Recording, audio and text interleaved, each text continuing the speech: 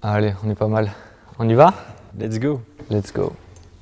Chris, John Jones a marqué l'histoire de l'UFC dans de nombreux domaines, notamment la précocité.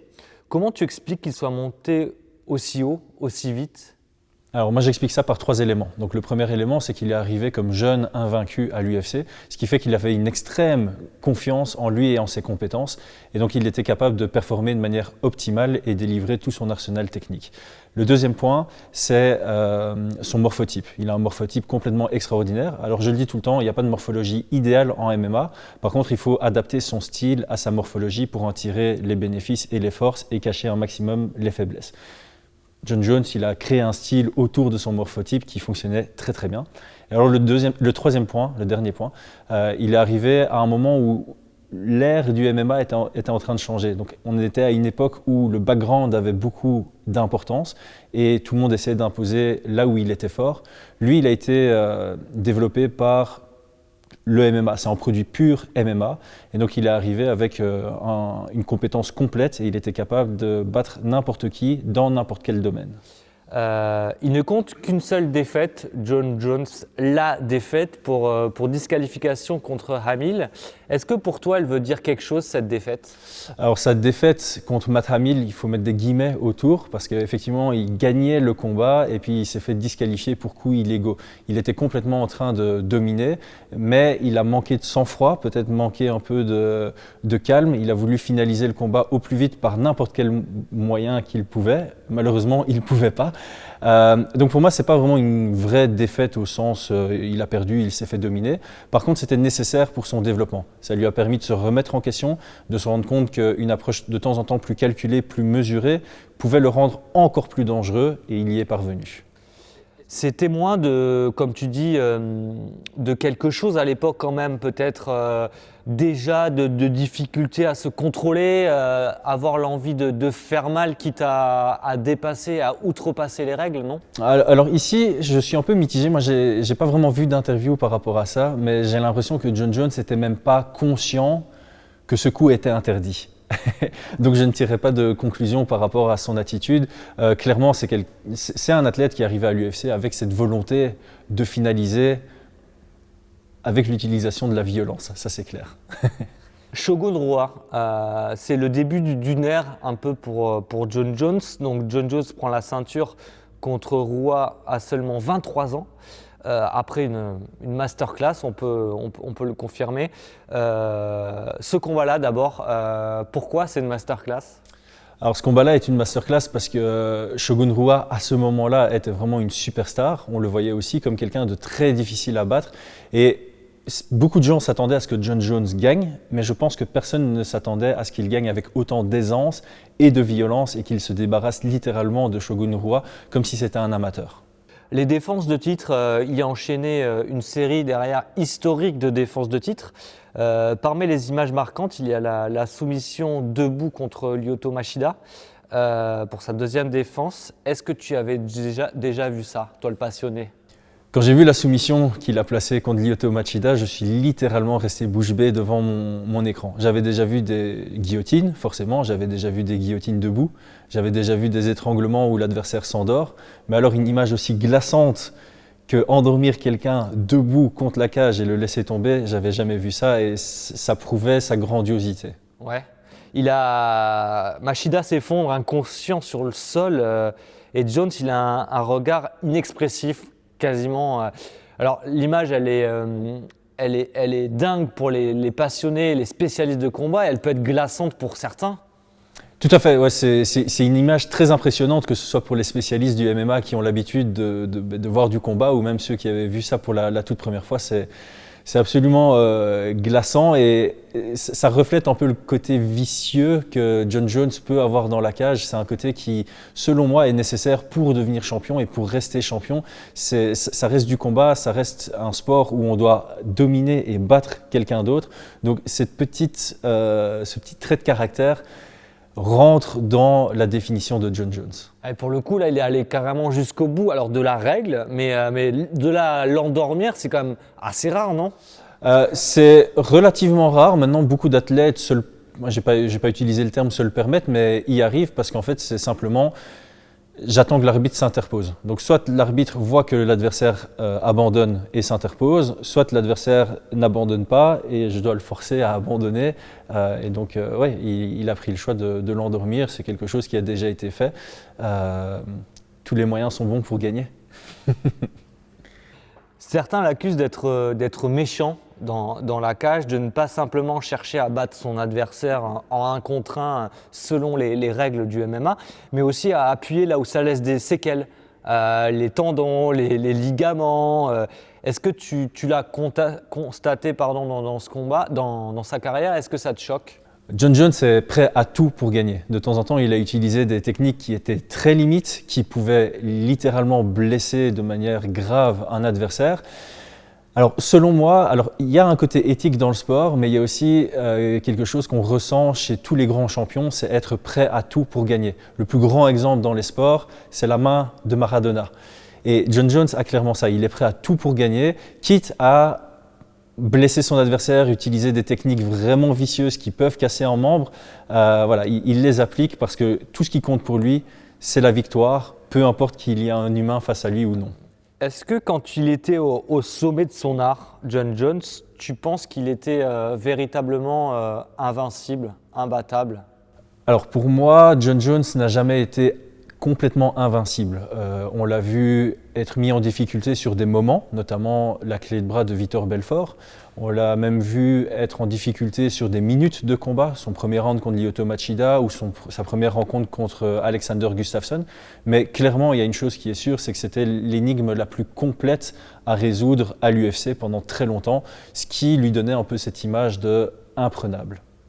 Beaucoup pensent, dont certains combattants comme Chimaev, que John Jones est le meilleur combattant de l'histoire de l'UFC, de GOAT. Est-ce que tu es d'accord avec ça? Sur la question de John Jones, qui serait le plus grand combattant de tous les temps, c'est toujours très subjectif. Alors, je pense qu'on peut avoir de bons arguments pour le mettre numéro 1 de cette liste. On pourrait très bien avoir des arguments pour le mettre numéro 3 de cette liste. Les seuls arguments qui sont irrecevables, ce serait de le mettre en dehors du top 5 des plus grands combattants de tous les temps. Il a apporté quelque chose à l'environnement MMA, à la démocratisation ou pas? Je ne considère pas John Jones comme un élément qui a aidé au développement international du MMA, dans le sens où il n'a pas toujours reflété une image très positive. Jusqu'à un certain moment, il était plutôt calme et inspirant, voire même un ambassadeur du MMA. À un moment, ça a tilté et il a commencé à apparaître dans les news, dans les journaux télévisés pour des mauvaises raisons. Donc je ne le considère pas du tout comme un ambassadeur. Par contre, effectivement, les Américains, ils aiment bien les bad boys, et donc clairement, ce côté bad boy a permis au MMA d'avoir plus de regards, et ça nous a permis de fidéliser certains nouveaux fans en leur montrant les belles facettes du MMA, mais il n'a pas spécialement provoqué ça de la meilleure des manières. Il a plus bonifié le MMA de l'intérieur, j'ai envie de dire? Oui, John Jones, c'est quelqu'un qui a complètement bonifié le MMA de l'intérieur de la cage. De l'extérieur de la cage, c'est un autre débat. Et les combattants prenaient, je suppose, exemple sur l'attitude, l'IQ, fight IQ de John Jones. Non, ça devait parler. C'est qui ce gars-là? Je vais essayer de faire pareil. C'est un exemple sportivement. Sportivement, John Jones est complètement un exemple. Forcément, son palmarès en dit long. Le fait d'être très confiant en ses compétences, le fait d'être très compétent, de travailler dur pour être le meilleur, ce sont des éléments très inspirants pour les jeunes jusqu'à aujourd'hui. On va passer à son combat contre Gustafsson. Il a battu, John Jones a battu toutes les légendes, tous les gars devant lui. Et c'est Gustafsson, peut-être le moins connu de ses adversaires, qui va pas le faire vaciller, mais qui va vraiment le bousculer pour la première fois. Qu'est-ce qui t'a le plus surpris lors de ce combat-là? Alexander Gustafsson est clairement le premier athlète qui a vraiment mis John Jones en difficulté sur la durée du combat, qui a duré 25 minutes. Moi, ce qui m'a surpris dans ce combat, c'est à quel point Gustafsson avait des solutions pour surprendre John Jones. Et je mets ça sur un seul élément, c'est le fait que John Jones, il a travaillé son style par rapport à son morphotype.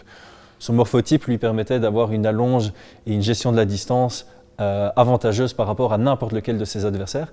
Et la première fois qu'il a rencontré quelqu'un qui était capable de le toucher à une distance où généralement il n'y a que lui qui peut toucher son adversaire. Ça l'a surpris et il a mis un peu du temps à rentrer dans le combat et à trouver des stratagèmes pour passer outre.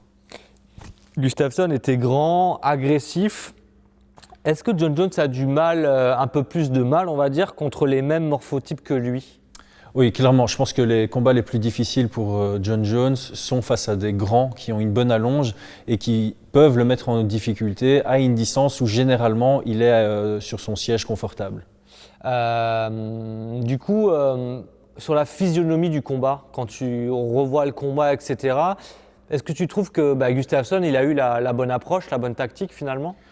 Gustafsson est venu très bien préparé pour John Jones, il a eu une bonne approche, il a joué sur ses forces. Les grandes forces de Gustafsson, c'est de travailler de l'extérieur avec beaucoup de mouvements latéraux pour ne pas se faire cadrer et pousser à la cage. Ça lui a permis de rester à une distance que lui décidait et pas que John Jones imposait. Et comme il avait cette compétence de toucher John Jones sans se faire toucher en retour, ça lui a permis de prendre des rounds. Cormier, le grand rival de John Jones. La rivalité avec Daniel Cormier a dépassé la simple cage finalement. Il y a eu des bagarres lors du face-off Cormier 1, des interviews légendaires, des débats à la télévision terribles. D'habitude, il y a beaucoup d'acting dans ce milieu-là, avec une grosse dose d'entertainment. Mais là, il donnait vraiment l'impression de se haïr. C'était si profond que ça? John Jones et Daniel Cormier, c'était réel. Il n'y avait pas d'acting derrière, ils se détestaient réellement. Il y a déjà eu d'autres rivalités de ce type en MMA, mais celle-ci a été la première qui a été réellement médiatisée, poussée dans les journaux, poussée à la télé. Donc c'est le genre de combat, c'est le genre de rivalité où les deux athlètes allaient combattre avec des émotions dans la cage. Alors, ça existait, c'était qui? Il y avait déjà John Jones contre Rashad Evans. Oui, c'est assez paradoxal. La grande histoire de rivalité qui a précédé John Jones et Daniel Cormier, c'était John Jones et Rashad Evans qui étaient partenaires d'entraînement. Quand John Jones a obtenu son title shot contre Shogun Rua, à la base, c'était Rashad Evans qui devait prendre le title shot. Rashad Evans était blessé, John Jones a accepté le combat et ça a créé une petite tension amicale et ils sont en fait passés de amis à ennemis très rapidement. Ils se sont rencontrés d'ailleurs dans le combat juste après. Pour les gens qui connaissent moins le MMA, qui vont regarder, est-ce qu'on peut comparer à cette rivalité à celle entre Conor McGregor et Khabib? Alors la rivalité entre Daniel Cormier et John Jones est comparable à celle de Conor McGregor et Khabib parce que ce sont les deux meilleurs de leur catégorie de poids à ce moment-là qui se sont rencontrés avec une vraie haine au niveau personnel envers l'adversaire. Le côté dark side du coup vraiment ressort à ces moments-là pour John Jones. Et ce combat va exposer définitivement tous ses travers, violence, alcool, drogue, conduite en état d'ivresse, délit de fuite. La liste, elle est tristement longue. À chaque nouvelle breaking news, est-ce que tu étais surpris, choqué? Tu disais, finalement avec John Jones, c'est normal? À chaque breaking news négative avec John Jones, je n'étais, pour l'avouer, jamais surpris. Par contre, j'étais toujours déçu. Pourquoi? À l'époque de John Jones où il commençait à percer, le MMA en Europe était vraiment pas développé. En tout cas en France, en Belgique, c'était quasi inconnu. Aux États-Unis, c'était déjà bien implanté. Donc les États-Unis n'avaient aucune difficulté à mettre en avant des news négatives pour promouvoir le sport.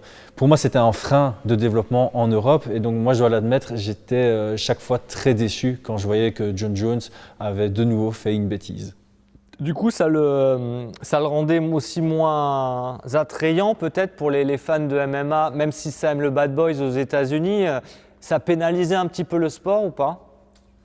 En fait, c'est kiff-kiff finalement. Ouais, c'est ça. Le fait que John Jones soit devenu un bad boy et eu un peu cette image avec un côté sombre, ça a clairement permis de lui faire gagner en visibilité. Comme on dit, il n'y a pas de mauvaise publicité, mais ça n'a pas été toujours positif pour le développement du sport. Dans le côté sombre, il y a aussi le dopage, stéroïdes, cocaïne, inhibiteur d'oestrogène. il y avait quand même largement de quoi le bannir de l'organisation, du sport. Dans n'importe quel sport, on rejette ce mec-là. Tout à fait. Moi, je suis d'avis d'être très sévère par rapport aux mesures qu'on prend quand on arrive à prouver qu'un athlète a enfreint les règles. John Jones a enfreint plusieurs règles. J'aurais vraiment pas été déçu ni même contre de le bannir pendant plusieurs années, comme on a pu bannir des Nick Diaz ou des TJ Dillashaw sur des périodes vraiment prolongées. Alors justement, voilà, il a toujours eu des peines assez courtes. Finalement, il a toujours une relation particulière avec l'UFC, avec Dana White. Dana White est toujours obligé soit de le protéger, soit de lui taper sur les doigts. Avec toutes ces affaires, est-ce que tu penses que, on en revient à ça, mais que l'UFC aurait dû le couper depuis longtemps hors USADA, l'UFC aurait dû assumer? L'UFC est un business avant d'être une ligue sportive. Et comme tout business, il y a une ligne de conduite, il y a des valeurs, il y a une certaine éthique, et chaque business sélectionne où elle situe le curseur éthique, code de conduite et tout ce qui s'ensuit. Mais aussi, comme tout business, l'UFC est attiré par l'argent. Et donc, je suppose que le fait de ne pas avoir sanctionné John Jones, alors qu'ils ont été totalement capables de bannir complètement Paul Daly, pour prendre un exemple, c'est lié à l'argent que John Jones peut rapporter. Ces 3 derniers combats à John Jones, donc il y a eu Anthony Smith, décision unanime, Thiago Santos, décision partagée, Dominick Reyes, décision unanime. Ils ont été compliqués ces 3 derniers combats, à tous remportés à la décision. Qu'est-ce qui t'a le plus marqué dans les manques de John Jones sur ces fights? Sur les 3 derniers combats de John Jones, ils ont été bien plus serrés que tout ce qu'on avait pu voir par le passé, à l'exception de son premier combat contre Alexander Gustafsson. Je remets ça en manque de motivation. J'avais l'impression que John Jones n'avait plus rien à prouver. Il avait battu toutes les légendes, il avait déjà battu pas mal de records. Plus personne ne le voyait comme un underdog dans n'importe quel combat. Et je pense que sa motivation à continuer à se préparer dur, à venir au meilleur de lui, a diminué. Et ça s'est ressenti dans son style. Il ne venait plus pour annihiler, dominer son adversaire. Il venait juste pour défendre sa ceinture. Et c'est pour ça que ces 3 derniers combats ont été plus ennuyeux que d'habitude et plus serrés que d'habitude. Alors du coup, à quoi tu le voyais justement qu'il était plus attentiste, moins motivé dans la cage? C'était quoi ses attitudes, ses coups moins forts? John Jones, dans ses 3 derniers combats, il était beaucoup plus attentiste, beaucoup plus passif. Une de ses grandes forces dans son prime, c'était de gérer la direction du combat, d'amener le combat là où lui voulait forcer l'action et dominer avec violence son adversaire. Dans ses derniers combats, j'ai l'impression qu'il laissait l'adversaire diriger le combat et qu'il se contentait de marquer juste un peu plus de points que son adversaire pour l'emporter à la décision sans prendre trop de risques. Et c'est là aussi où j'ai vu une autre différence, c'est dans sa prise de risque. En général, il fait des prises de risque mesurées, mais là, il ne faisait plus aucune prise de risque tout court. Et tu penses que c'était juste une motivation qui a baissé ou le fait de, je sais pas, de vieillir, de plus se protéger ou quoi que ce soit? Moi, je pense que le déclin des 3 derniers combats de John Jones est uniquement lié à la motivation, mais évidemment quand la motivation baisse, il y a aussi la préparation qui baisse, donc il y a aussi un déclin technique et athlétique puisqu'on s'entraîne moins dur et donc on perd en qualité dans ses compétences. Certains consultants ont même dit qu'il aurait dû perdre. Est-ce que tu es d'accord avec ça, sur la décision partagée? Alors, sur la décision partagée contre Thiago Santos, autant que sur la décision unanime contre Dominick Reyes, j'ai clairement des arguments qui sont valides pour dire qu'il aurait pu perdre sa ceinture. À l'image de ce qu'a fait Reyes, il a du mal quand on est très agressif contre lui. Alors il a du mal comme contre des gars contre Gustafsson qui peuvent tout gérer, la distance, etc. Mais un mec qui lui rentre dedans à H24. Là où John Jones a le plus d'aisance dans la cage, c'est quand lui mène la cadence, mène le jeu et est l'agresseur. Quand il est sous l'emprise d'un agresseur et qu'il a du mal à garder sa distance et à maintenir son agresseur hors de danger, c'est là où effectivement on peut le voir vraiment mis en difficulté. Ces 3 derniers combats ont été mitigés. Pour le coup, il s'est retiré de la cage pendant 3 ans. Ça va être son premier combat chez les poids lourds. il monte de catégorie. Est-ce qu'on peut quand même avoir de sérieuses interrogations sur le retour de Jon Jones? Il y a beaucoup d'interrogations autour du retour de Jon Jones, une absence prolongée de 3 ans pendant laquelle on ne sait pas trop s'il s'est préparé à fond ou non. Une montée chez les poids lourds, la seule fois où on l'a vu se préparer à devenir un peu plus lourd, c'était sa performance contre Ovin Saint-Preux, qui était selon moi sa moins bonne performance parce qu'il avait perdu en vitesse et c'est une de ses armes qui lui permet d'être aussi bon dans la cage. Changement de camp d'entraînement, manque de motivation sur les 3 derniers combats qui étaient moins spectaculaires que d'habitude. Donc effectivement, il y a pas mal de questions qui seront répondues le 4 mars. Si on veut spéculer en se donnant des chances en tant que Français, eh ben, il y a des raisons de croire que Jon Jones ne sera plus que l'ombre de lui-même.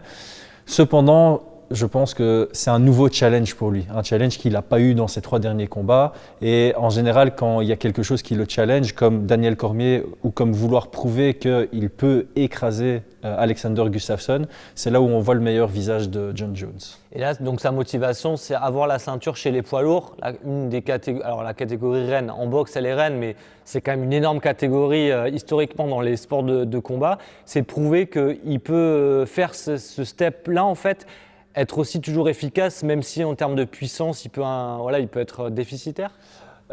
Alors pour ce combat, ça c'est aussi une autre interrogation, c'est comment est-ce qu'il va monter chez les poids lourds? Parce que quand on combat en moins 93 kg, c'est le poids qu'on fait la veille du combat. Le soir du combat, il était potentiellement à 102, 103, peut-être 105 kg.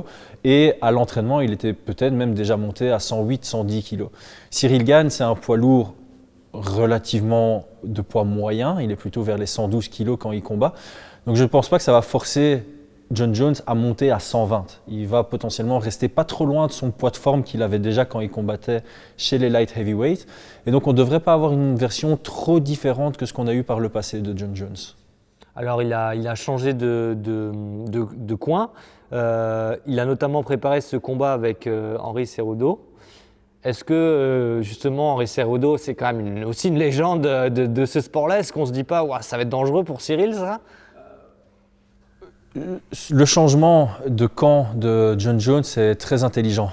Je pense que Henry Cejudo, en tant que coach, pour lui, c'est très très bon. Ce sont 2 personnes cérébrales, ce sont 2 personnes compétentes, ce sont 2 personnes qui ont réussi dans leur sport.